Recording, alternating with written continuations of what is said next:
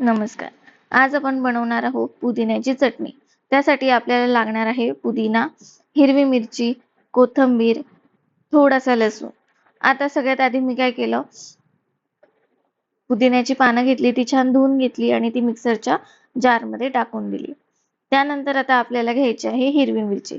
हिरवी मिरची मी 4 हिरव्या मिरच्या घेतल्या आहेत आणि त्यानंतर कोथिंबीर घेतली आहे. तुम्हाला किती तिखट आवडतं त्या हिशोबाने तुम्ही मिरची जी आहे ती कमी जास्त करू शकता. आता चवीनुसार मीठ टाकायचं आहे त्यामध्ये आणि 2-3 ज्या आहे त्या लसणाच्या पाकळ्या त्याच्यामध्ये टाकायच्या आहेत आणि हे जे मिश्रण आहे ते व्यवस्थित बारीक करून घ्यायचं आहे. थोडंसं जिरं सुद्धा त्यामध्ये ॲड करायचं आहे आणि मग आता आपण हे मिश्रण जे आहे ते व्यवस्थित बारीक करून घेऊ. तर अशा पद्धतीने आपली पुदिन्याची चटणी जी आहे ती तयार झालेली आहे. ती आपण कोणत्याही स्नॅक्स सोबत खाऊ शकतो.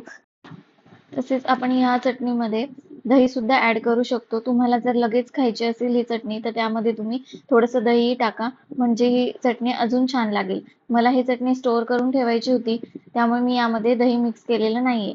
ज्यावेळेस मला ती खायची असेल त्यावेळेस मी त्यामध्ये दही मिक्स करून घेईल आणि मग ही चटणी खाईल. तुम्ही ही अशीच पण खाऊ शकता आणि दही घालून पण खाऊ शकता.